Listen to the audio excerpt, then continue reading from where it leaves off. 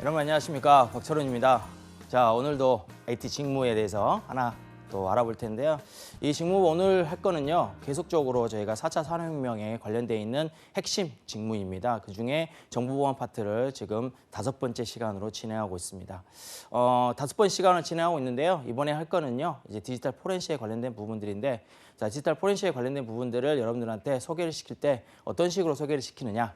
자, 여러분들 지금 현재 디지털 포렌식을 하게 되면은 많이 들어보셨을 겁니다. 그런데 와닿지 않는 그러한 부분들이 많을 거예요. 왜냐하면 아직 생소한 그러한 부분들이고, 또 우리나라에서는요, 아직은 디지털 포렌식에 관련되어 있는 전문가들이 그렇게 많지만은 않습니다. 그렇기 때문에 이 직업군들 자체를 작업군이 잡는 것이라든지 아니면은 직무 분석을 하는데도 많은 애로점이 있고요. 그리고 이 대학에서도 여기에 디지털 포렌식의 직무에 내배치는 이제 인재를 내배치는 양성하는 그러한 부분에서도 많은 어려운 점을 가지고 있지만, 그래도 여러분들이 준비하고 있었던 부분들을 어떻게 매칭을 시키느냐에 따라서 디지털 포렌식도 여러분들이 신입이든 경력이든 준비를 하시면은 똑바로 갈 수 있을 거라고 생각을 하고 있습니다. 그래서 오늘 이 시간에 저랑 열심히 한번 달려보도록 하겠습니다. 그래서 내년도에 디지털 포렌식의 봄을 위해서, 그죠? 봄에 위해서 여러분 한번 달려보도록 하겠습니다.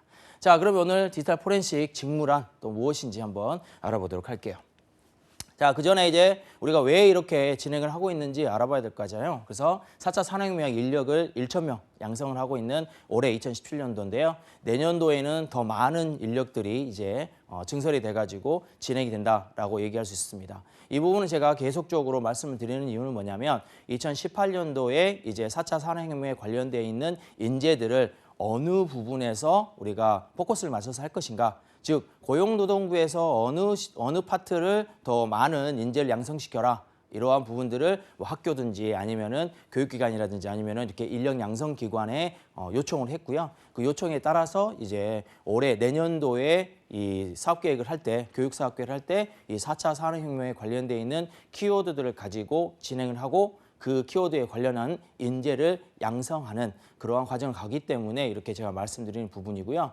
그 다음에 그 중에서도 이렇게 8개 단계로 넘어가도록 하겠습니다. 근데 이 8개 단계 중에서는요, 정보보안부터 해서 실감은 콘텐츠, 즉 AR, VR까지 제가 점차적으로 다 설명을 드리면 좋겠지만, 제가 이거에 대해서 8가지를 직무를 제가 다 분석을 해드릴 겁니다. 그래서 이번에는 정보보안 파트 5번째 파트로 이제 디지털 포렌식에 관련되어 있는 부분을 들어가도록 하겠습니다. 근데 핀테크나 뭐 빅데이터나 사물 인터넷, 또 스마트 제조, 그리고 바이오, 그리고 무인 이동체, 그리고 실감은 콘텐츠 같은 경우에도 여러분들이 관심을 갖고 진행을 해주셔야 하는 부분이고요.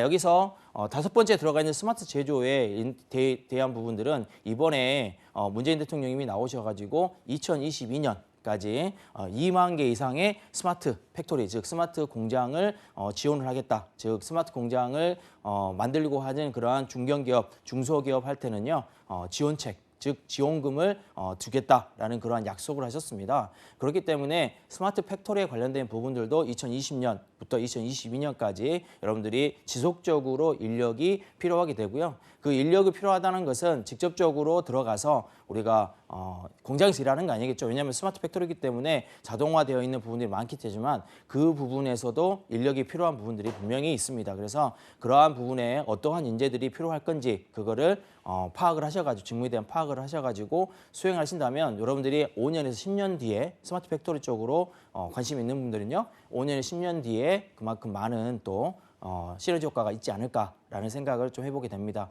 그래서 저와 같이 제가 이 직무 분석을 할 때도요, 제일 먼저 여러분들한테 보여주는 건 뭡니까? 그렇죠? 뉴스입니다. 그리고 뉴스에 관련되어 있는 팩트를 이용해서, 그리고 정부에서 나오는 그러한 지원책이라든지 아니면 정책이라든지, 또는 대기업이나 중견기업, 즉 전문성을 띠고 있는 대기업이나 중견기업에서 나오는 그러한 산업 정책이라든지, 또는 이러한 부분들을 가지고 정책을 우리가 연구하고 개발하는 그러한 기관에서 나오는 통계치라든지 이런 것을 제가 보여드리고 있잖아요. 그래서 여러분들도 직무 분석을 할 때는요. 거기에 맞춰서 포커스를 맞춰서 진행하시면 가장 빨리 직무 분석을 할 수 있을 거라고 생각이 듭니다. 직무 분석을 할 수 있는 방법은 여러 가지가 있는데요. IT 분야의 직무 분석은 이렇게 들어가시면 좋을 것 같아요.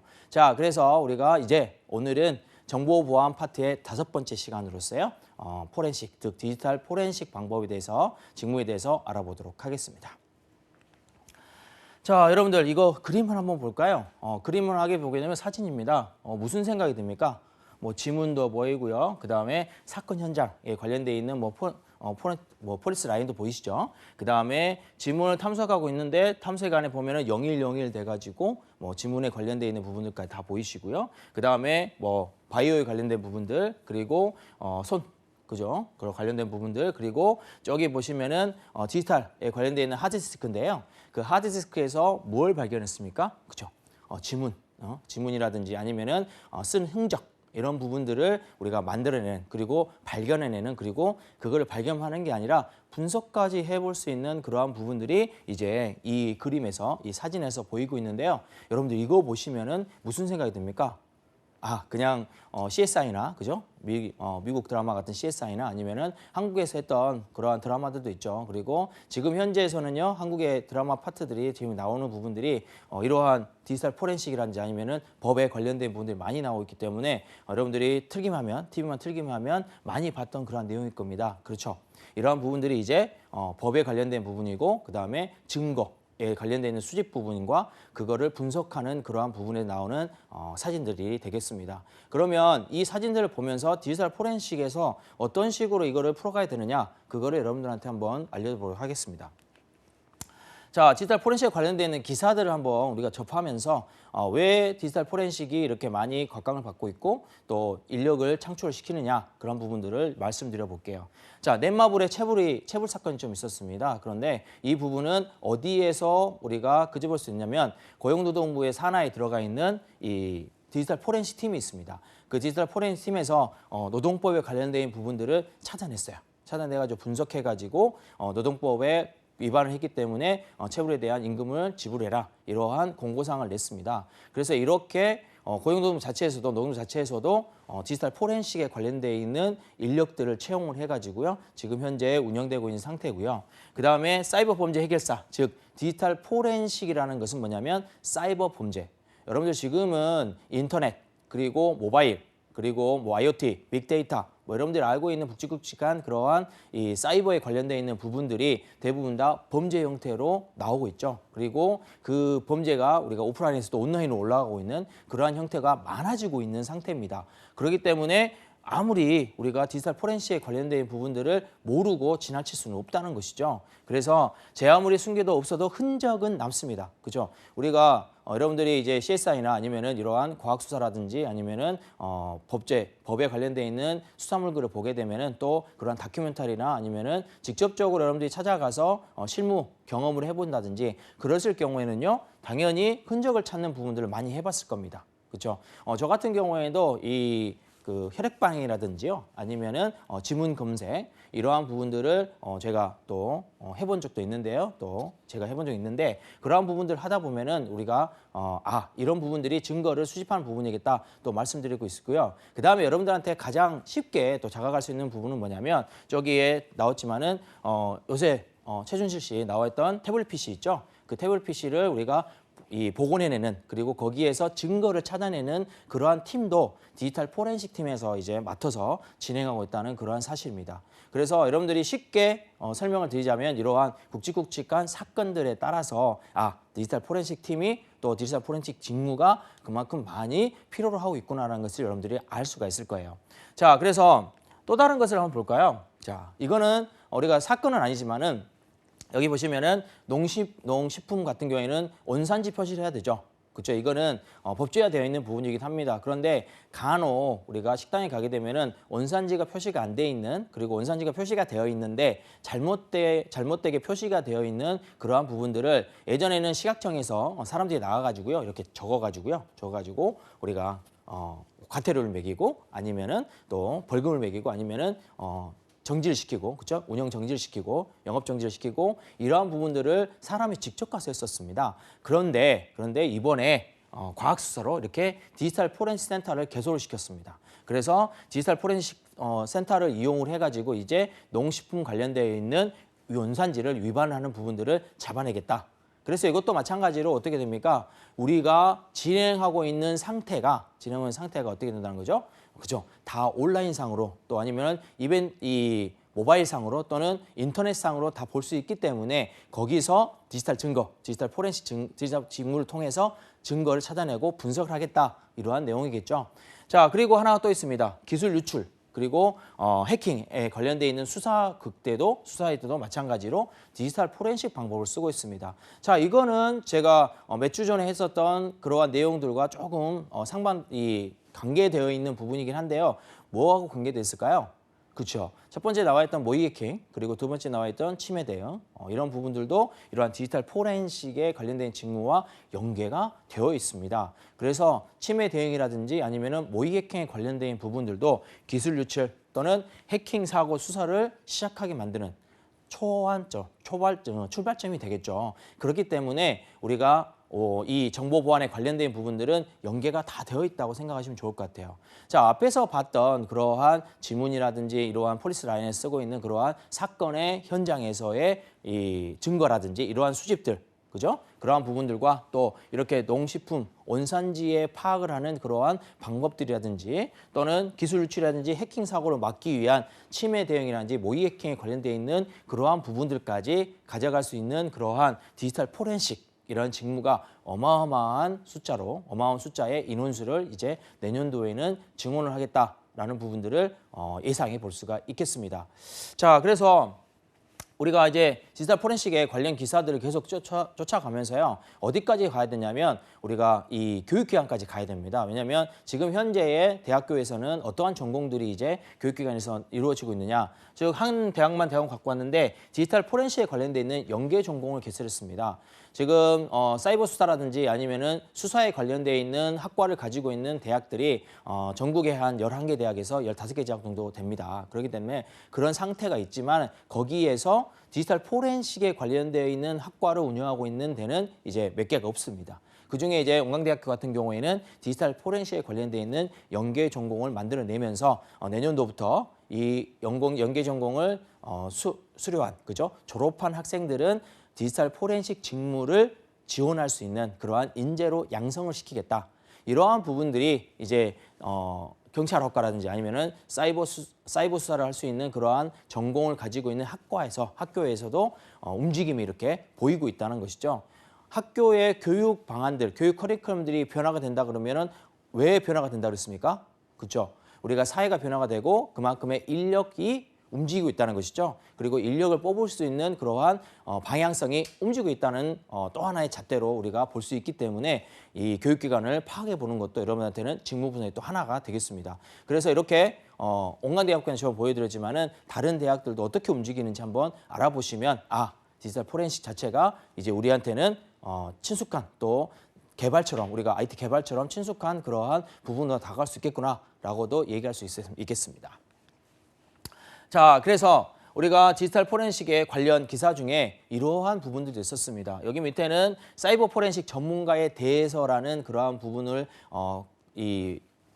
토론을 했었어요. 그래서 4차 산업혁명의 유망 부분, 그래서 취준생들이 지금 준비하고 있는 상태가 어떤 상태인지, 그리고 지금 현재 어떠한 교육 분야가 부족한지, 그리고 그 교육 분야뿐만 아니라 산업에서는 이 기업 자체에서는 어떠한 인재들을 필요로 하고 있는지 그거를 파악해보는 그러한 시간을 가졌던 이 포럼이 있었습니다. 거기에서 사이버 포렌식 전문가를 준비를 시키자라는 그러한 의견이 모아졌었고요.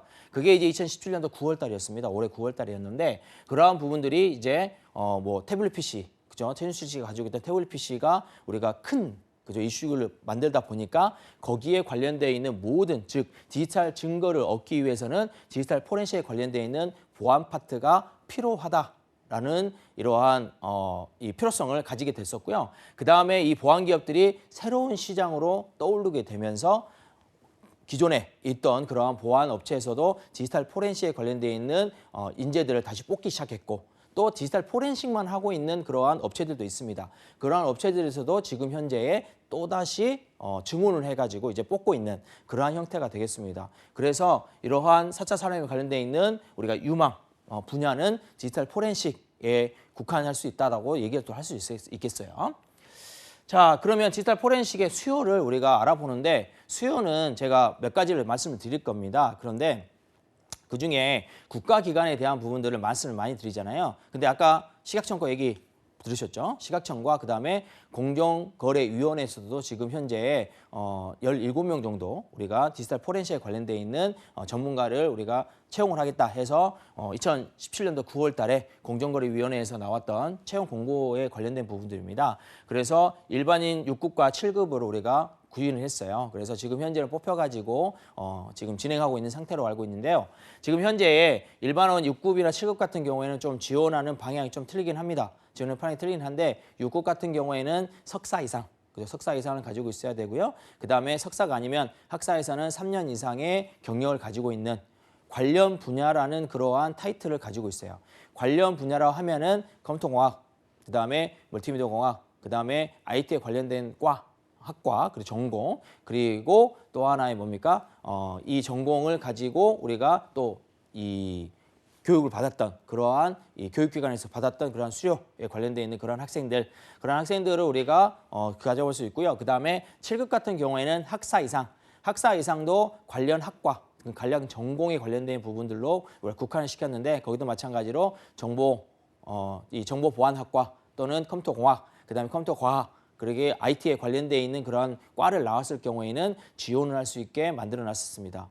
우리가 17명까지 증원을 하면서요. 공정거래위원회에서도 17명까지의 지원을 한다는 것은 뭡니까? 그렇죠. 거래 자체가 이제 어떤 식으로 운영된다는 겁니까? 그렇죠. 인터넷을 통해서 대부분 운영되고 있기 때문에 디지털 포렌식, 즉 인터넷을 통해서 무언가 사건, 사고가 많이 일어나고 있다라는 것을 그 부분을 디지털 증거들을 확보를 하기 위해서는 각 기관, 즉 경찰청이나 아니면 수사기관에서 나와 있는 그러한 부분이 아니라 이렇게 공정거래관리위원회라든지 아니면 시각청이라든지 이렇게 이 정부기관, 각 기관의 경부기관에서도 디지털 포렌식의 전문가들을 필요로 한다라는 그런 것을 암시하는, 그리고 직접적으로 뽑아내는, 그죠? 2017년에도 직접적으로 증설해가지고 3배 정도의 증원을 해가지고 뽑는 그러한 형태를 가져가는 것을 볼 수 있었습니다. 그렇기 때문에 내년에는 이렇게 디지털 포렌식에 관련되어 있는 수요들이 그만큼 더 많아지지 않을까라는 예상을 해볼 수 있고요.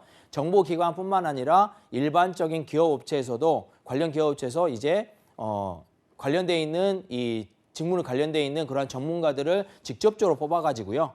예전에는 이렇게 다른 기업하고 이렇게 코업을 해가지고 진행을 했었는데 지금은 아예 디지털 포렌식 사이버 팀이라든지 아니면 디지털 포렌식 팀을 만들어가지고 거기에서 운영하고 있는 사태가 많습니다. 그렇기 때문에 여러분들이 이러한 이 수요를 보게 된다면 나는 디지털 포렌식에 내년에는 가볼 수 있겠구나라는 것을 확신할 수 있을 거예요.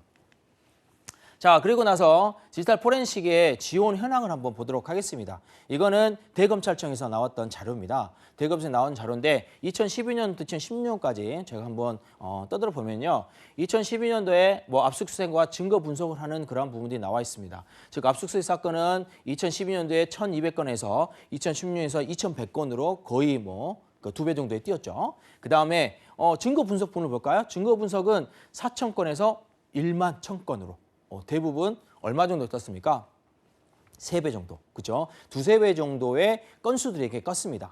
자, 이러한 대검찰청에서 나왔던 지원 현황을 건수별로 나타냈는데 이 건수가 많아지면 많아질수록 뭐가 필요하죠?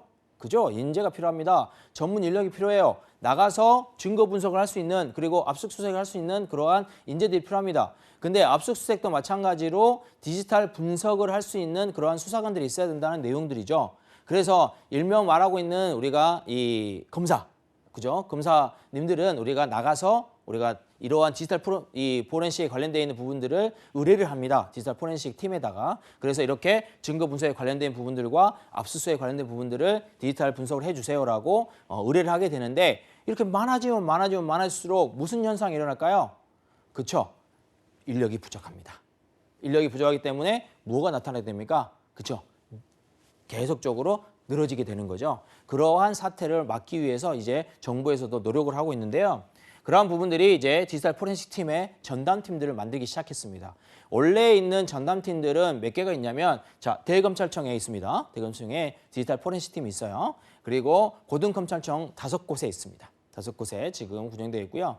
만약에 지금 사이버 수사 아니면 수사기관의 공채에 관련해서 여러분들이 준비를 하고 있다. 아니면은 사이버 수사기관에 여러분들이 이 경찰 부분이라든지 아니면은 IT 분야의 또 전산 파트의 공무원을 준비하고 있다. 이러하신 분들은 한번 눈을 뜨고 보시는 게 좋을 것 같아요.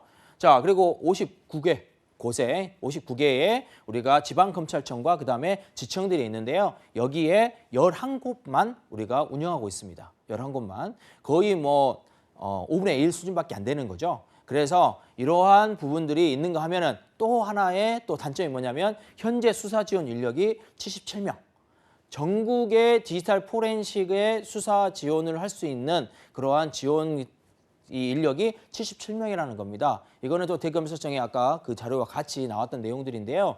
이러한 부분들이 있기 때문에 우리가 수사가 느려지고요. 디지털 포렌식의 수사들이 느려지게 되고 그다음에 이러한 수사가 느려질수록 뭐가 됩니까? 증거 인멸이라든지 아니면 증거가 사라지는 그러한 형태의 내용들이 나오기 때문에 아주 안 좋은 그러한 형태도 가고 있다는 것입니다. 그렇기 때문에요. 지금은 대검에서 이렇게 발표를 했습니다. 어떤 식으로 발표했냐면 자, 디지털 포렌식 팀의 신설 그리고 인력을 수급을 하겠다. 당연히 그럴 수밖에 없겠죠. 그죠? 그리고 디지털 전문 인력 확보 계획을 짜겠다. 그래서 내년도부터는 대거에 즉 지금 59개의 지방검찰청과 지청에 있는 그러한 부분 중에 11개밖에 없잖아요. 그죠? 5분의 1 수준을 몇 분의 1 수준까지 올리겠다?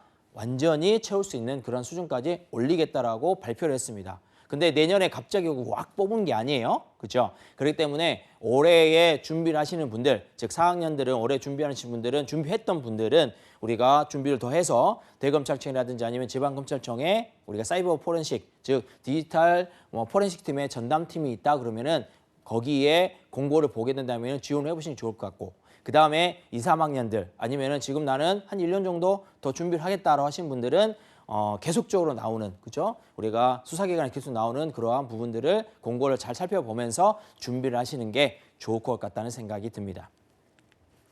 자, 그러면 디지털 포렌식에 관련해서 제가 소개를 한번 시켜볼게요. 도대체 여러분들이 알고 있는 디지털 포렌식과 제가 설명드리는 디지털 포렌식이 어떻게 다른지 한번 알아보도록 하겠습니다.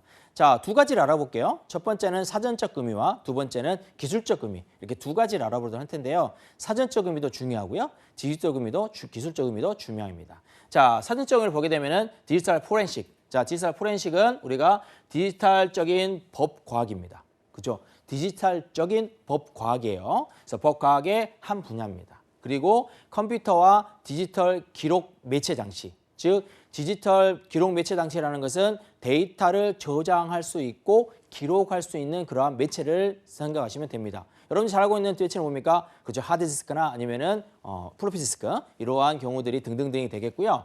그 다음에 그러한 것들이 법적 증거를 뽑아낼 때, 즉 수집하고 그 다음에 증거 분석을 할 때 그러한 부분들을 디지털 포렌식이라고 얘기를 할 수 있습니다. 그래서 이거를 컴퓨터 법과학이라고 얘기도 합니다.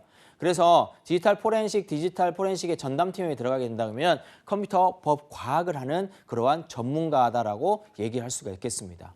그리고 디지털 포렌식은 그 분석 대상에 따라서 여러 가지로 나눌 수가 있습니다. 어떻게 나누면 자, 디스크 포렌식, 자, 디스크에 관련되어 있는 여러분들이 하드디스크나 이렇게 저장 공간에 관련되어 있는 부분들. 그 다음에 라이브 포렌식, 즉 휘발성 데이터를 가지고 있는 그러한 대상들, 그리고 네트워크에 연결되어 있는 포렌식이라든지 또는 웹 포렌식, 웹에 관련된 포렌식이라든지 또는 모바일 인베디드 포렌식, 모바일에 관련되어 있는 포렌식 방법들, 그리고 소스 코드, 아예 코드를 분석하는 그러한 포렌식 방법도 있고요. 그 다음에 DB, 데이터베이스를 아예 들어엎어 까는 그러한 이 포렌식 방법도 있습니다. 이렇게 많은 이 포렌식 방법으로 나눌 수가 있어요. 자, 그러면 이러한 포렌식 방법들을 우리가 어느 분야에서 쓰고 있는지 더 자세하게 기술적인 부분을 생각해 본다면 자, 범죄 현장에서 확보한 개인 컴퓨터들 여러분들 가끔 뉴스라든지 아니면은 드라마라든지 아니면은 다큐멘터리를 보게 되면 뭘 맞고 들고 답니까? 그죠? 그냥 컴퓨터를 갖고 들어가든가 아니면은 만약에 컴퓨터 가지고 우리가 잘못된 그런 범죄를 했을 경우에 그 범죄자들이 제일 먼저 하는 게 뭐예요? 그렇죠? 컴퓨터 밖으로 던지죠? 그죠? 던져버리는 그러한 그 컴퓨터 안에 들어가 있는 디스크의 내용을 완전히 삭제를 시켜버리는. 근데 그렇게 던진다고 해서요. 많이 소산지는 않습니다. 왜냐하면 안에 들어가 있는 어제 그 기술력은 엄청나게 발전했기 때문에 대부분 다 거의 80% 90% 정도 우리가 복구를 시키거든요. 그래서 근데 시간이 좀 많이 걸린다는 뿐이죠. 그 시간을 걸린다는 것을 보기 위해서 범죄자들이 던져버리는 것 뿐이거든요. 자, 그런데 범죄 현장에서 각설하고요. 확보한 개인 컴퓨터 또는 서버 이러한 부분에서 시스템이나 전자장비에 관련되어 있는 부분들, 즉 수집할 수 있는 디지털 증거물에 대한 보존, 수집, 확보, 식별, 분석, 기록, 재현, 보고까지 엄청나게 많죠. 그죠? 이러한 부분들을 과학적으로 도출하고 또는 증명 가능한 방법으로 수행하는 그러한 부분이 되겠습니다. 자, 여러분들 미국 드라마 같은 경우에서도 나오는 부분인데요. 여러분들 뭘 볼 수 있었냐면 CSI 말고요. 그거는 과학수사대죠. 과학수사대 말고 사이버 수사대가 있었습니다. 그죠? 그 다음 편으로 여러분들이 잘 봤을지 모르겠지만 저는 전공이 또 그리고 여러분들 컨설트하고 있는 IT가 제가 전공이기 때문에 거기에 관심이 좀 많아지더라고요. 과학수사도 많아졌지만 그래서 그런 부분을 되게 봤었는데 거기에서도 마찬가지로 이렇게 보존하고 수집하고 확인하고 식별하고 분석하고 그다음에 기록하고 재현하고 보고하는 것까지 쭉 하는 것을 우리가 보여주는 그러한 형태로 가졌습니다. 그거를 여러분들이 조금만 더 관심 있게 든다면 여러분들 직업이 그렇게 바뀔지도 모르겠어요. 그죠? 자, 그런데 그거를 보면은 그런 것을 도출하고 증명하는 방법을 수행하는 것을 우리가 디지털 포렌식 직무라고 얘기할 수 있습니다. 그러면 컴퓨터 범죄 순사에 입각한 정의를 우리가 내려본다면 자, 컴퓨터에 관련되어 있는 조사, 수사, 그리고 이런 걸 지원하고요. 디지털 자료가 되어 있는 법적 효력을 가질 수 있도록 보존, 그죠? 증거물을 분석해놓는 그러한 부분까지 가져가는데 즉 몇 가지로 나눌 수 있냐면 디지털 자료, 법적 효력, 그다음에 과학적 논리적, 절차와 방법들로 나눌 수 있는데 자, 디지털 자료 같은 경우에는 컴퓨터에만 국한되지 않습니다. 그리고 법적 효력은 법 규범 안에서 합치되는 논리성을 가져야 하고요. 그다음에 과학적 논리적 관행에서는 보편성도 가질 수 있어야 되고요. 그다음에 객관성을 필요한 부분이 있어야 됩니다. 그리고 절차 방법, 즉 목표 달성을 위해서 과정이 결과만큼 그만큼 중요하다는 거예요. 그래서 우리가 수집하는 과정도 그만큼 중요하다. 그래서 이렇게 컴퓨터 범죄 수사에 입각한 정의는 이런 식으로 여러분들이 내려볼 수 있겠습니다.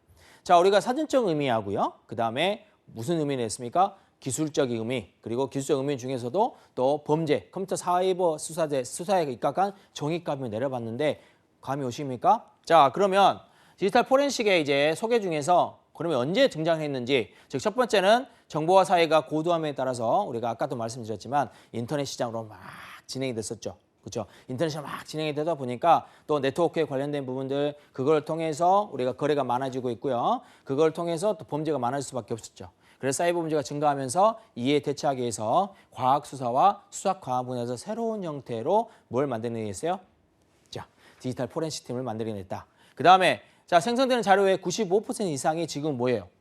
전자 형태로 들어가고 있습니다. 모든 게 여러분들 계약서 하나 써보세요. 이 정부기관하고요. 그다음에 정부기관에 뭐 사업을 땄다. 아니면은 정부기관과 뭔가를 하고 있다. 이 고용노동부하고도 또 뭐라 하고 있다. 아니면은 뭐 교육부와도 뭐가 하고 있다. 이러신 분들이 기업에서 있다 그러면은 지금은 현재는 뭘 하고 있냐면 전자계약서를 쓰고 있습니다. 예전같이요. 가가지고 도장 빵 찍고 그걸 이용해가지고 뭔가 증빙해놓고 그런 부분이 없어진다는 것이죠. 그래서 이런 것이 매년 2배씩 막 증가하고 있는 거예요. 그래서 전자 관련된 부분들이 그만큼 많아지고 있고요. 여러분들은 명함 하나 주대도요. 이제는 명함 사이트가 아니라 전자 명함들이 이제 곧 나오게 될 겁니다. 전자 명함 하게 되면 이제 명함을 주는 게 아니라 이제 던지게 되는 거죠. 툭 던지면은 받아요. 그죠? 받아가지고 내 핸드폰이나 아니면 스마트 기기에다가 저장시킬 수 있는 그러한 부분으로 가져갔다. 그러한 것들이 디지털 포렌식에 관련되어 있는 부분을 등장하게 만드는 그러한 효과를 가져갔다라고 할 수 있습니다. 그래서 디지털 포렌식의 기업 입장을 보게 되면은 시스템, 데이터의 네트워크 조사라든지 아니면은 심리적인 범죄 예방에 효과를 가져올 수 있어서요. 여기 나온 것처럼 정보 자산의 효율적인 보호라든지 보안 사고 예방 그리고 기업의 신뢰도까지 향상시킬 수 있는 그러한 효과를 가져갔다라고 얘기할 수 있습니다. 이러한 효과를 가져오고 있기 때문에 기업 현장에서도 당연히 디지털 포렌식에 관련되어 있는 부분을 가져갈 수밖에 없겠죠. 자, 심리적인 범죄 예방 효과를 가져간다는 것은 정보 자산의 효율적인 보호를 하고 있죠. 그다음에 보안 사고를 예방을 할 수 있습니다. 그리고 나서 기업 신뢰도가 향상이 쭉 되는 거죠. 그렇죠? 아, 저기 기업은 보안이 아주 철저해. 그렇죠? 그러면 신뢰도가 그만큼 향상된다는 것은 여러분이 기술적으로 금방 알 수 있을 겁니다.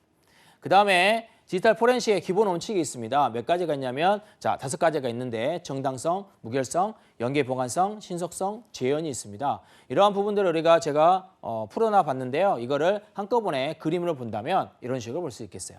자, 정당성의 원칙, 그다음에 재현의 원칙, 신속성의 원칙, 연계 보관성의 원칙, 무결성의 원칙으로 우리가 나눠볼 수 있겠습니다. 이렇게 나눠본다는 것은 정당성은 정당하다, 즉 증거로서 정당한 그러한 부분들, 그리고 재현, 이거를 재현해 볼 수 있다는 거, 그 다음에 신속성, 빨리빨리 할 수 있다는 거, 그 다음에 연계, 자, 범죄와 연계가 잘 돼 있는지, 그리고 보관, 이거를 보관할 때도 우리가 디지털 증거에 대한 부분들이 삭제되지 않고 잘 보관할 수 있는지, 그 다음에 무결성, 제대로 돼 있는지, 즉 뭐가 수집하는 도중에 뭔가 바뀌지 않았는지, 아니면은 이런 부분들이 침해되지 않았는지, 이런 것들을 하는 원칙들을 우리가 5가지 원칙을 가면서 이게 디지털 포렌식의 원칙이라고 얘기할 수 있습니다. 여러분이 디지털 포렌식이라고 얘기를 딱 할 때는요, 이 5가지 원칙은 여러분들이 알고 지나가야 돼요. 알겠습니까? 자, 그 다음에 포렌식 디지털의 진행 방식을 통해서 여러분들이 어떤 식으로 직무가 수행이 되고 있는지 한번 알아볼게요. 자, 사전에 준비합니다. 즉 디지털 기기와 데이터 유형이 뭔지 숙지를 하죠. 갔더니 컴퓨터인지 태블릿 PC인지 구분 못하면 안 되잖아요. 그렇죠? 그 다음에 디지털 포렌식에 관련되어 있는 교육도 듣고요. 연구도 수행합니다. 그런 다음에 나가서 직접 증거를 수집하게 되는 거죠. 증거 수집 대상을 파악하고요. 압수 대상을 파악을 하게 되고 증거 목록을 작성하게 되고 물리적인 그 다음에 관계자를 부릅니다. 이러한 디지털 분석이 됐는데 이러한 것들을 여러분들이 사용할 때 어떻게 사용했습니까? 이런 부분을 우리가 발견한다는 것이죠. 그 다음에 하나 더 문서화시킨다는 겁니다. 그 다음에 증거의 포장, 이송을 합니다. 자, 증거를 만들었으니까 잘 포장을 합니다. 없어지지 않게, 삭제되지 않게. 그래서 압수문의 개별적인 포장을 하고 전자파나 충격에 의해서 사라지지 않게 만들어주는 거. 그 다음에 증거물을 포장하고 운반하는 그러한 형태. 그 다음 조사 분석합니다. 데이터 마이닝, 이미징 하고요. 데이터를 출출하고 분석을 합니다. 자, 여기에서 뭐가 또 나와요? 그렇죠? 빅데이터의 분석, 그 다음에 빅데이터의 수집 부분도 이 부분에서 나올 수 있는 겁니다. 연계시킬 수 있겠죠? 그 다음 정밀 검토를 합니다. 분석 결과에 따라서 빠진 게 있는지 없는지, 그러한 부분들이 있는지 없는지에 따라서 검토를 하게 되고요. 보고서를 작성해서 넘겨줍니다. 수사경에 넘겨주게 됩니다. 그러면 이제 검찰이라든지 검사라든지 아니면은 경찰의 부분들이 사이버 수사에 관련된 부분들이 가져가서 이제 수사를 하게 되는 것이죠. 자, 이렇게 디지털 포렌식의 진행 방식을 보면서 여러분이 이렇게 직무들이 진행되고 있구나. 이 직무들 내가 다 수행해야 되느냐? 아닙니다. 각각에 다 나눠지는 부분들이 있어요. 그렇기 때문에 여러분이 디지털 포렌식에 관련되어 있는 부분들을 가져가면서 진행하시면 좋을 것 같고요. 자, 그러면 디지털 포렌식의 기술은 뭐가 있는지 한번 알아보도록 하겠습니다. 자, 첫 번째가 디지털 매체, 시스템, 데이터 처리하는 부분, 그 다음에 응용 프로그램의 네트워크 관련된 부분, 그 다음에 기술, 기타 기술 부분이 있는데 이걸 딱 보세요. 증거 복구하는 부분과 수집하고 보관하는 부분과 분석하는 부분을 여러분들한테 나눠주러 봤는데 이걸 전체적으로 다 설명을 드리자면 시간이 너무 오래 걸리겠죠. 그렇기 때문에 디지털 매체나 시스템 또는 데이터 처리, 그다음에 응용 네트워크, 그다음에 기타 기술 관련해서 이렇게 많은 그러한 기술력이 필요하다는 겁니다. 이렇게 많은 기술력이 필요하다는 것은 여러분이 어떤 식으로 더 해석을 해야 되겠어요? 그렇죠? 지식이 많아야 된다. 즉 다양한 지식을 가지고 있어야 디지털 포렌식의 전문가로서 우리가 활동할 수 있다는 겁니다. 아시겠죠? 자, 그러면 이 중에서도 여러분들이 나는 시스템 분야의 디지털 포렌식 전문가를 하고 싶다. 아니면 데이터 처리 분야의 디지털 포렌식의 전문가를 하고 싶다. 하시는 분들은 만약에 예를 들어볼까요? 나는 디지털 처리 부분에 가겠다 하시면은 디지털 처리 부분에 언어 통계 기반의 파일 복구라든지 DB 분석이라든지 아니면 데이터의 저장, 데이터 추출하는 그러한 직무라든지 아니면 데이터를 포맷하는 뷰어라든지 영상에 관련되어 있는 부분이라든지 이런 부분들을 해봐야 된다는 것이죠. 그러면 데이터 처리 부분을 우리가 해보다가 어느 부분까지 갈 수 있겠어요? 그렇죠? 빅데이터 처리라든지 아니면 IoT에 관련된 처리라든지 또는 데이터를 가지고 있는 즉 데이터베이스, 즉 관계형 데이터베이스죠. 관계형 데이터베이스 안에 들어가 있는 포렌식에 관련되어 있는 그러한 처리라든지 이러한 부분까지 가져갈 수 있겠다. 분명히 그렇게 향후의 계획까지 짜볼 수 있겠어요. 그죠? 자, 이런 식으로 제가 예를 들어봤는데 다른 부분에 관심 있는 분들은 제가 방금 전에 예를 들었던 부분처럼 예를 들어서 한번 해보시기 바랍니다. 자, 그러면 디지털 포렌식의 활용 분야는 어떻게 될까 한번 알아보도록 하겠습니다. 이 부분은 굵직굵직하게 산업 부분으로 제가 말씀을 드렸는데 여러분들이 디지털 포렌식을 했는데 어디에서 일할 수 있어요? 이렇게 물어볼 수 있죠. 여기 있습니다. 자, 문화 콘텐츠 산업이라든지 소프트웨어 산업이라든지 또는 자동차, 금융, 또 의료, 회계, 법인, 법무, 그다음에 ISP, 보험회사까지 다 일할 수 있어요. 그러면 이 부분들을 어디에서? 즉, 문화 콘텐츠는 멀티미디어에 관련된 포렌식 워터마킹이라든지 IPTV의 포렌식 방법들이 이 부분에 사용되고 있고요. 소프트웨어는 소프트웨어 포렌식, 그리고 자동차는 블랙박스 있죠? 그죠? 여러분들 블랙박스. 그다음에 금융사고 뭐가 있습니까? 요즘은 이제 금융사고들이 이제 인터넷 통해서 많이 이루어지고 있죠. 즉, 여러분들이 알고 있는 그러한 이 보이스피싱도 인터넷을 이용해야 되고요. 스미싱 마찬가지죠. 그다음에 또 뭐가 있습니까? 은행 사이트처럼 우리가 속여가지고 푸는 그러한 공격 방법도 있었죠. 그러한 방법들이 금융사고의 분쟁을 해결할 수 있는 그러한 이 디지털 포렌식의 내용 직무가 되겠고요. 그다음에 의료는 뭡니까? 의료사고. 의료는 지금 다 뭐가 되고 있습니까? 다 디지털화 되고 있죠. 그러한 부분. 그다음에 회계법인 포렌식의 어카운팅을 하고 있습니다. 이러한 부분들 제가 뒤에 가서 자세하게 하나씩 설명을 드릴 건데요. 이러한 부분들을 그다음에 법무법인은 지금 이 디스커버리는 외국 기업하고의 뭡니까? 법적인 분쟁. 이러한 부분들을 민사소송에 대항된 부분들이고요. ISP는 기술적 보호 조치로서 디지털 포렌식에 관련된 부분들. 그리고 보험회사는 뭐예요? 보험사고. 그죠? 보험사고도 이제 디지털적인 부분들이 많아지고 있다는 겁니다. 그리고 기타적으로는 우리가 다양한 산업 영역에서 이루어지고 있는 부분들로 디지털 분석, 즉 디지털 포렌식 분석이 사용되고 있다는 거예요. 수사기관에서만 쓴다는 게 아니죠. 그렇죠? 그럼 여러분들 감을 잡았을까요? 그렇죠? 내가 금융 파트에 IT 준비하고 있었어. 아니면 나는 자동차 산업에 IT를 준비하고 있었어요. 그런다고 해서 디지털 포렌식의 직무에 도전하지 마라 라는 생각이 있습니까? 아니요, 있어요. 자동차 분야, 자동차 회사에서도 지금은 디지털 포렌식 직무를 뽑고 있다는 겁니다. 내년도에도 당연히 이 분야에서도 뽑고 있다는 거예요. 그래서 여러분들이 지금 준비하고 있는 것에서 직무 분석만 다시 업혀가지고 지원해 보자는 겁니다. 자, 그러면 디지털 포렌식 직무는 무엇을 하나요? 기사에서 나왔던 아주 자세하게 나왔던 부분인데 디지털 포렌식 전문가의 교육훈련 로드맵입니다. 그래서 정보보호 개론, 그다음에 사이버 범죄에 관련돼 있는 정보보호의 법과 윤리, 그다음에 암호학, 그다음에 사이버 수사에 관련된 부분들 통해서 레벨 5까지 들어가면은 디지털 포렌식까지 가게 되는 거죠. 그래서 여러분들이 이제 나는 수학, 과학, 그다음에 또 뭡니까? 컴퓨터과학, 컴퓨터공학, 정보보안에 관련돼 있는 IT에 관련돼 있는 우리 학과를 다니신다면 어느 식으로 공부하면 되겠어요? 정보보호 개론부터 열심히 들으십시오. 정보보호 개론 들으시고요. 그다음에 법, 그죠? 윤리 관련된 부분 들으시고 그다음에 암호학, 그죠? 연구 개발을 많이 하고 있기 때문이죠. 그다음에 넘어가서 디지털 포렌식의 방법으로 넘어가시라는 겁니다. 좀 감이 오실까요? 자, 그러면 디지털 포렌식 활용 분야를 우리가 앞에서 좀 봤지만 산업 분야를 봤습니다. 그런데 활용 분야를 우리가 직접적으로 볼게요. 자, 수사, 컴퓨터 범죄에 관련되어 있는 범죄, 그다음 내부 감사, 내부 고발해서 직원을 조사합니다. 개인정보 보사 이런 부분들, 그다음에 자, 이 디스커버리 기업 간의 특허 경쟁에 관련되어 있는 부분들, 그다음에 침해 사고 대응, 기업 내에 자, 직접 재산을 보호하는, 즉 아까 말씀드렸던 침해 대응에 관련된 부분들도 디지털 포렌식 직무의 한 방향이다라고 얘기했었습니다. 이렇게 크게 네 가지 방향으로 여러분들이 볼 수가 있을 것 같아요. 자, 그러면 침해 사고 대응에서는 어떤 식으로 우리가 구성을 시켰는지 우리가 사례를 들어봐서 한번 볼게요. 자, IT 보안팀에서 봤더니 여러 군데에 들어왔습니다. 그죠? 침해 사고가 있었어요.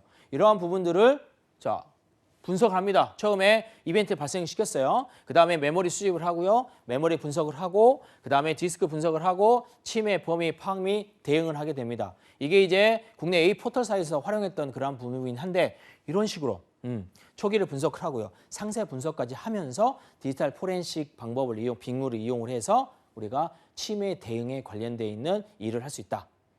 당연히 그렇습니다. 그죠? 그 다음에 디지털 감사 측면에서 보게 되면요. 정보시에 들으면서 종이 문서가 아닌 디지털 문서들로 진행하고 있다는 것을 아까 말씀드렸어요. 디지털 데이터의 특성으로 인해서 종이 문서보다는 쉽게 변질되고 또는 유포될 수 있다. 당연하죠. 그 다음에 디지털 문서의 무결성 유지하기 위해서는 감사를 유지해야 되는데 그러기 위해서는 포렌식 기술이 필요하다. 즉 디지털 포렌식 기술이 그래서 디지털 감사 부분에서 필요해서 문서화시키는 그러한 그림으로 나타낼 수가 있을 것 같아요. 자, 이 그림은 이해 가십니까? 그죠? 앞에 나와 있는 내용들도 이해가 가실 거라고 생각이 듭니다. 자, 그래서 이거 디지털 감사 프로세서를 얘기해 보는데 그러한 부분들을 얘기해 본다면 내부 고발자가 제보를 합니다. 감사실에. 그리고 나서 피고발인한테 면담을 시작하죠. 그러면 기존 디지털 감사 프로세스에 의해서 명확한 근거가 없이 제보에 의해서 검사를 시킵니다. 그런데 내부 고발자가 이제 제보를 하게 되면 감사실은 뭐 합니까?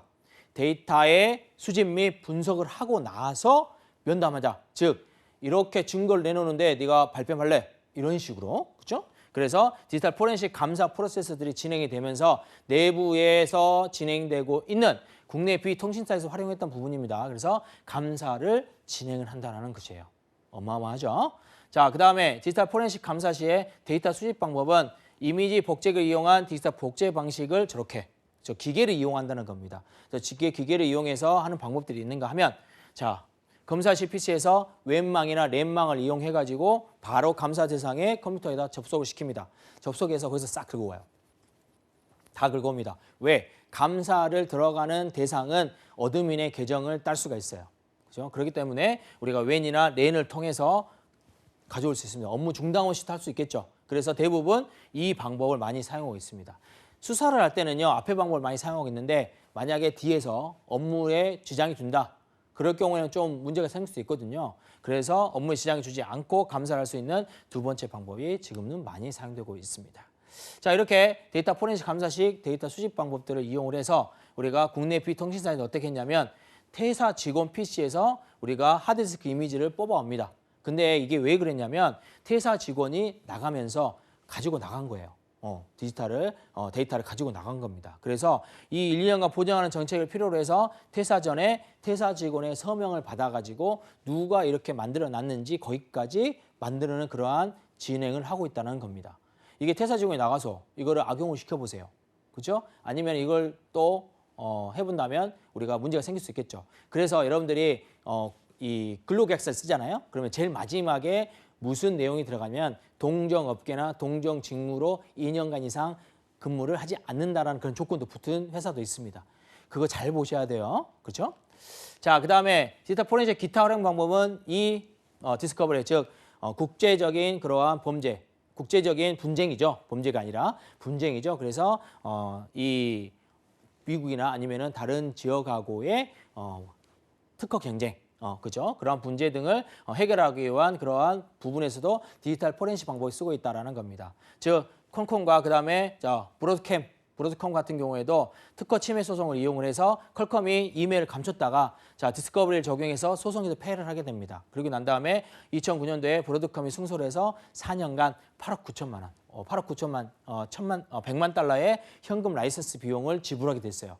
엄청난 그러한 부분들을 디지털 포렌식 방법을 이용해서 증명해냈고요. 그다음에 한국, 삼성은 졌죠. 애플한테. 그래서 삼성에서 보안 시스템인 이메일 자동 삭제 기능을 이용을 해서 자료를 일부 삭제시켜 버렸습니다. 그래서 이러한 부분들이 애플이 갤럭시 S 개발 당시 사내 문건 중 i4 같은 걸 만들어라는 그러한 사내 문건이 있었다고 합니다. 그래서 이거를 삭제시켰다는 그러한 것을 디지털 포렌식 방법을 이용해서 찾아낸 거예요. 그래서 애플이 승소하게 되는 그러한 형태로 가져갈 수 있는 이 디스커버리 방식들도 이제 디지털 포렌식 방법을 쓰고 있다는 겁니다. 자, 그러면 우리가 디지털 포렌식 방법에 쓰고 있는 직업들을 한번 볼까요? 자, 수사기관 같은 경우에는 경찰입니다. 수사를 전문적으로 하고 있는 수사관, 즉 디지털 포렌식의 연구를 직접적으로 하는 연구원, 이 두 가지 방법으로 들어갈 수 있습니다. 즉 사이버 수사 요원을 특채로 채용을 하고 있고요. 사이버 테러 대응센터 소속으로 근무를 하고 있습니다. 16개의 지방청과 235개의 경찰청 사이버 수사팀으로 진행을 하고 있습니다. 자, 그리고 디지털 포렌식 센터에서 기술에 대한 연구와 그다음에 수사 지원 업무를 하고 있는 연구직이 있어요. 그래서 수사기관, 즉 경찰이 되더라도요. 직접 바로 막 뛰는 그러한 경찰이 있는가 하면 연구직에 있는 그러한 그리고 수사에 지원해주는 그러한 부분도 있다라는 겁니다. 해양경찰은요. 지금 항해 자료 기록기라든지 아니면 전자해도 자료 분석이라든지 복구라든지 이런 걸 시행하기 위해서 지금 현재 디지털 포렌식 증거 분석에 관련되어 있는 전문가를 이제 모집을 하려고 준비하고 있는 상태고요. 자, 검찰은 디지털 포렌식 센터를 운영하고 있습니다. 그래서 디지털 분석팀이라든지 DB 분석팀이라든지 모바일 분석팀, 통화 계좌 분석팀, 사이버팀 또는 교육연구팀으로 직무를 수행하고 있고요. 그다음에 이거는 디지털 포렌식 수사팀에서 지원 업무를 수행하고 있습니다. 그런데 경력, 경쟁 채용으로만 수시로 채용하고 있어요. 그래서 신입들은 우리가 검찰 쪽에는 좀 가지 어렵지 않을까라는 생각이 듭니다. 그다음에 대신 인턴으로나 아니면은 또 다른 분야에서 경력을 쌓아주 지원하시면 되겠죠. 2년 이상, 3년 이상 경력이면 되니까요. 그다음 최소입니다, 최소. 그다음에 국방부는요, 기무사, 그다음에 국방보조사무부 또는 육군수사단에서 이렇게 운영하고 있습니다. 군무원 시험으로 채용을 하고 있어요. 그래서 군무원 시험 준비하고 계신 분들, IT직으로 준비하시는 분들은 디지털 포렌식에 관련된 부분도 한 번 더 알아보세요. 자, 국정원 기술연구지원으로 채용이나 별도 수사관을 채용하고 있습니다. 즉 국가사이버안전센터가 있습니다. 거기에서 채용하고 있고요. 그다음에 채용공고를 통해서 수시로 채용하고 있어요. 그다음 특별사법경찰들.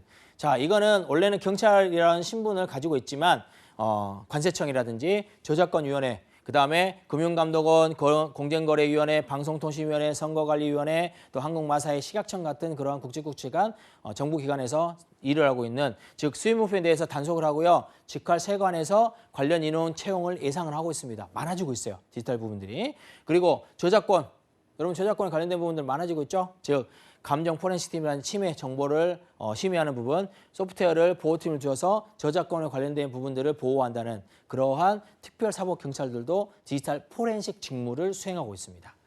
그다음에 법률기관, 회계관의 부문에도 법무법인과 회계법인이 있었죠.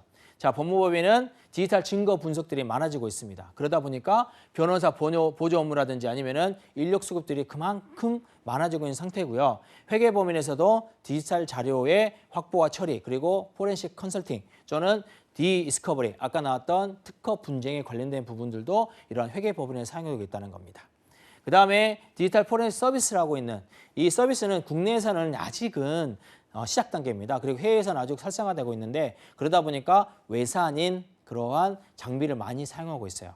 그리고 외산인 장비를 서비스해주는, 즉 외산 장비 도입에 의존하는 게 지금 현실이고요. 그다음에 데이터를 복구하고 있고요. 그다음에 영상 처리를 하고 있고, 그다음에 디지털 포렌식 솔루션이라든지 데이터 복구, 증거 분석 또는 디스커버리 솔루션들을 이용할 수 있는 그러한 부분으로 가져가고 있습니다. 그리고 침해 사고 대응에 관련되어 있는 사고 분석 업무까지 진행하고 있는 것이 이제 디지털 관련된 포렌식에 관련된 직업이고요. 자, 연구소는 이제 에틸리나 국가보안기술연구소인데 여기는 석박사가 있어야 돼요. 석박사이기 때문에 관련 대학원을 알아보시고 지원하는 과정으로 가야 되고요. 기업의 보안 감사팀도 대기업뿐만 아니라 관련 기업에서도 채용 예정에 있고, 신입보다는 아직은 경력을 채용하고 있습니다. 자, 그래서 디지털 포렌식의 채용 조건들을 몇 가지를 알아보고 끝을 내겠는데요. 디지털 포렌식의 소프트웨어나 솔루션 같은 경우에는 C나 C++, 자바, 이러한 파이썬 같은 언어 가능자, 그리고 소프트웨어 개발 업무 경력자 또는 안드로이드 프로그래밍 가능자 또는 영어 회화, 중국어 회화 가능자, 즉 외산이 많아지고 있기 때문이죠. 그다음에 시스템 프로그래머인지 네트워크 프로그램 경험자들을 우대하고 있습니다. 그래서 개발이라는 것을 해본 사람들은 우리가 이 시스템 개발 쪽으로 갈 수도 있고요. 그다음에 디지털 포렌식 엔지니어가 있습니다. 엔지니어는 포렌식에 관련된 지식은 필수고요. 영상 분석 또는 보안 자격증, 그리고 보안 관련된 교육 수료자를 우대하고 있고요. 디지털 포렌식 툴을 사용하는 가능자를 우대하고 있습니다. 그리고 마지막으로 조사관은요, 포렌식 실무 경험자를 우대하고 있고요. 그다음에 DB 관리라든지 소프트웨어 개발자라든지 암호 분석가들을 우리가 채용하고 있어요. 그리고 마지막으로 제가 팁을 하나 드리자면, 디지털 포렌식에 관련되어 있는 조사에 관련되어 있는 자격증이 있습니다. 이게 2급만 따더라도 여러분들이 충분히 진행할 수 있거든요. 정보처리 기사, 정보보안 기사, 디지털 포렌식에 관련되어 있는 전문 기사, 이 자격증을 3가지를 딴다면 디지털 포렌식에 관련되어 있는 그러한 직무에 도전해 볼 수 있을 것 같습니다. 자, 오늘은 이렇게 디지털 포렌식에 관해서 장시간 또 알아봤는데, 한 기간 또 알아봤는데요. 어떻습니까? 괜찮았습니까? 자, 그러면 오늘은 여기까지만 진행을 해보도록 할게요.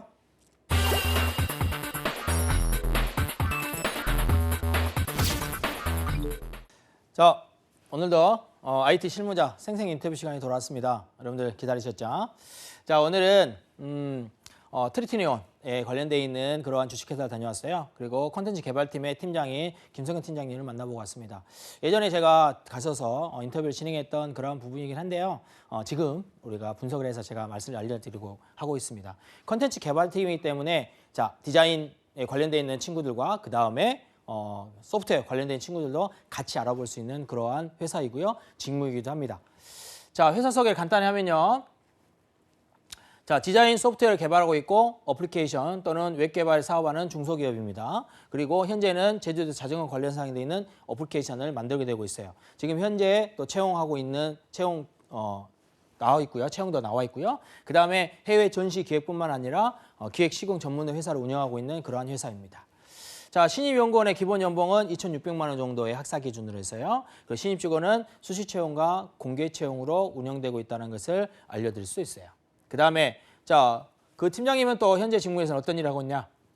컨텐츠 개발을 주 목적으로 하고 있기 때문에 디자인 측 업무가 주 업무다. 그죠? 그리고 그 팀장님은 또 디자인 쪽을 또 전공을 하셨어요. 일본에서 또 전공을 하고 오셨는데요. 그 다음에 소프트웨어와 융합을 시키는 업무 진행을 하고 계십니다. 그래서 소프트웨어도 지금 팀하고 같이 업무 진행을 같이 하고 있는 부분이고요. 자, 회사에 자랑하는 복지. 자, 다른 기업에 보여주는 복지만큼 다 있는데 복장이 자유롭고 또는 자기 개발 시간을 보장하는 그러한 회사의 또 이 복지 정책을 가지고 있다는 것을 알려드릴 수 있습니다. 그 다음에 회원부서에서 필요한 신입의 역량. 이게 여러분한테는 가장 중요하죠. 또 이 회사뿐만 아니라요.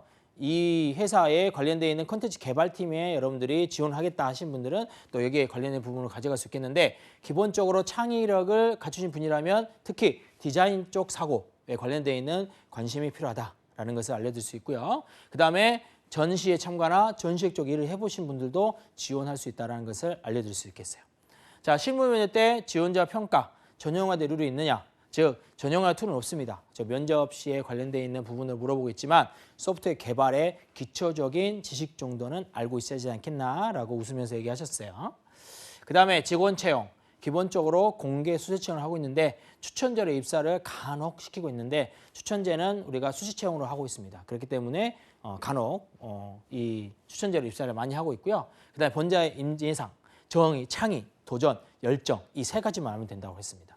즉 자기가 하고 있는 일과 회사에 대한 자부심을 분명히 가지고 있어야 된다는 것을 알려드릴 수 있고요. 자, 실무 면접 시에는 어떠한 면접자가 떨어지느냐. 자, 각 부서에서 원하는 그러한 실무 면접자에 관련된 부분들이 좀 틀립니다. 그죠? 그런데 학교에서 배웠던 내용을 알고 있느냐 모르고 있느냐를 즉 기초 지식이 있느냐 없느냐 그거를 얘기하는 거죠. 여러분들 학교에서 배운 게 대부분이죠. 그죠? 여러분들이 신입 직원으로 경력직 말고 그죠? 신입 직원으로 가기 위해서는 무엇을 먼저 하게 됩니까? 그죠? 우리가 학교에서 배웠던 것을 먼저 토대로 하게 되는 거죠. 그렇기 때문에 신입 직원들한테 먼저 물어보는 것은요. 학교에서 뭘 배웠느냐를 먼저 물어보는 거거든요. 그래서 마찬가지입니다. 어느 파트에 IT 분야에서는 어느 파트에 가더라도 학교 지식, 학교 생활 얼마나 잘 했느냐를 물어보는 것이죠. 그 다음에 채용 과정에서 인성과 직무 우선순위를 둔다면 자, 직무를 우선시해야 한다고 생각합니다. 즉 직무에 대한 경험과 그 직무에 관심이 있어야겠죠. 즉 제가 직무 분석 그리고 직무 특강을 계속하고 있는 이유도요. 이러한 이유죠. 인성은 중요하긴 합니다. 그렇죠? 인성이 좀 안 좋은 친구들은 그만큼 어디에서 평가가 떨어지냐면 인사평가에서 그만큼 고배를 마셔요. 그런데 이렇게 기술 면접에 관련거나 아니면 면접 정서에 가서는요. 직무를 우선시해야 된다는 그러한 부분들을 꼭 가져가셔야 한다는 것입니다. 그 다음에 저희 회사 같은 경우에는 특이하게 전시에 나가는 우리가 디자인과 소프트웨어 부분들도 같이 하고 있기 때문에 전시에 관련 일을 해보시는 것도 좋다라는 것을 또 누누이 얘기해 볼 수 있었고요. 자, 현 부서에서 필요한 신입의 마음가짐, 어떠한 마음가짐 가지고 있어야 되느냐? 자, 할 수 있는 일이 많습니다.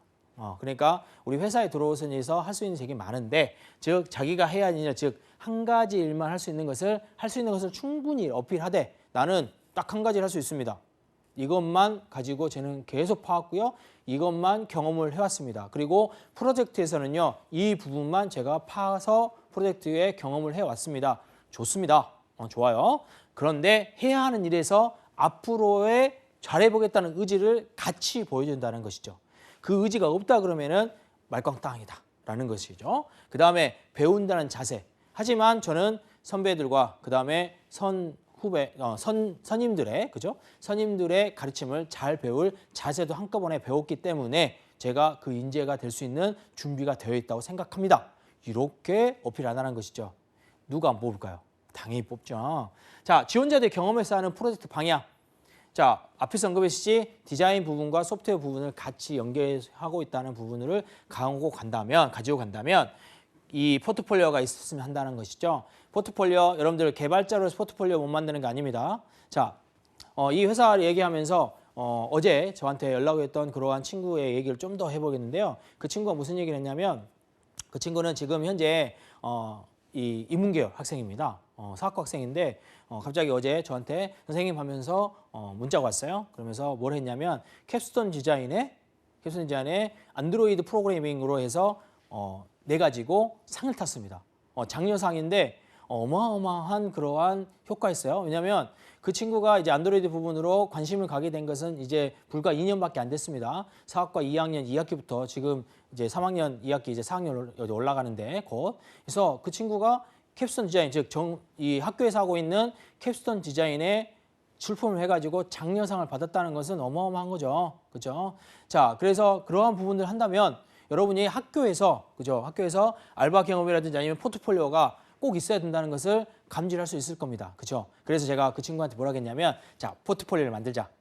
진행을 하자. 3학년 때부터 진행을 해서 포트폴리오를 쌓아놓는다면 너는 이제 안드로이드 프로그래밍, 안드로이드 기획자로도 충분히 손색이 없다라는 것을 제가 어제 말을 해줬거든요. 여러분들도 여기 보시면서 그런 생각을 좀 해봤으면 좋겠습니다. 자, 마지막으로 신입 직원들한테 꼭 하고 싶은 말. 항상 자신에게 질문을 본다는 것이죠. 질문을 하고 그 다음에 그 질문에 대답을 해보라는 겁니다. 즉 내가 무엇을 원하고 있는지 그리고 힘들다고 우리가 포기를 안 했는지 그러한 부분들을 우리가 잘 질문을 해보고 남들 분석을 많이 해보시라는 거 아닙니다. 옆에 친구는 이러한 스펙을 가지고 있고 이러한 직무를 해봤어. 그렇기 때문에 잘 들어갈 거야. 내 분석을 해보라는 거죠. 나는 뭘 했는지, 그죠? 나는 왜 안 될까 하시지 말고 분석부터 해보세요. 그리고 내가 어떠한 의지를 가지고 있는지도 분석해 보시고 내가 어떠한 성격을 가지고 있는지 그런 분석을 해봤을 때 그래야 직무 방향성 그리고 이 진로의 방향성, 진로의 역량을 여러분들이 파악해 볼 수 있는 거예요. 그리고 궁금증이 해결이 싶다면 꼭 해결책을 가지고 있는 그러한 전문가를 찾아가세요. 아니면 직접적으로 그 회사에 가서 물어보십시오. 그래야 찾아볼 수 있습니다. 그 다음에 궁금증에 대한 원인을 찾아보고 그 원인을 해결해 볼 수 있는 방법을 꾸준히 탐색하는 그러한 자세를 가지고 있어야 성공을 할 수 있다는 것을 언급을 하셨습니다. 저하고 같은 생각이고요. 제가 컨설팅 할 때 진행하고 있는 그러한 과정이기 때문에 여러분들도 이러한 과정을 통해서 그죠? 이러한 방법들을 통해서 마음가짐을 통해서 진행한다면 분명히 성공하실 거라 생각이 듭니다. 자, 오늘도 이렇게 한꺼번에 제가 많은 것을 진행을 해봤는데요. 좀 도움이 되셨을까요? 자, 겨울입니다. 마음만 얼지 말고요. 이제 마음을 우리가 열어볼 수 있도록 여러분들 노력을 하셔가지고요. 지금부터 시작하시면 좋을 것 같습니다. 자, 오늘 여기까지만 진행하도록 할게요. 고맙습니다.